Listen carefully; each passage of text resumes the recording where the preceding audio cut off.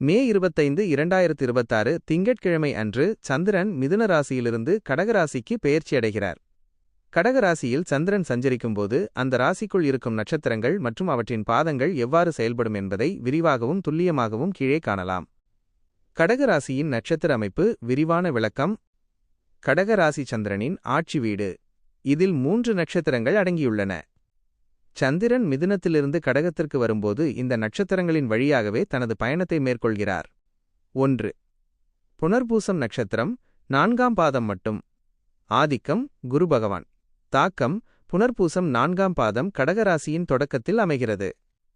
சந்திரன் கடகராசியில் நுழைந்தவுடன் முதலில் இந்த பாதத்தில்தான் பயணத்தை தொடங்குவார். பலன். இது குருவின் நட்சத்திரம் என்பதால் இந்த நேரத்தில் நீங்கள் எடுக்கும் முடிவுகள் ஞானத்தோடும் நிதானத்தோடும் இருக்கும். ஆன்மீக ஈடுபாடு, நல்லவர்களின் வழிகாட்டல் மற்றும் நீண்ட நாட்களாக எதிர்பார்த்த காரியங்களில் வெற்றி கிடைக்கும். 2. பூசம் நட்சத்திரம் 1, 2, 3, 4 பாதங்கள். ஆதிக்கம் சனி பகவான்.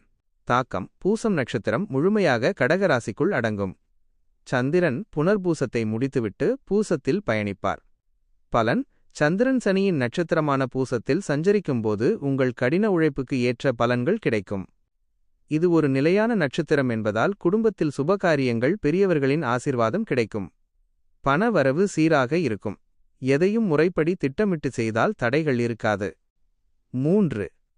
ஆயில்யம் நட்சத்திரம் 1, 2, 3, 4 பாதங்கள்.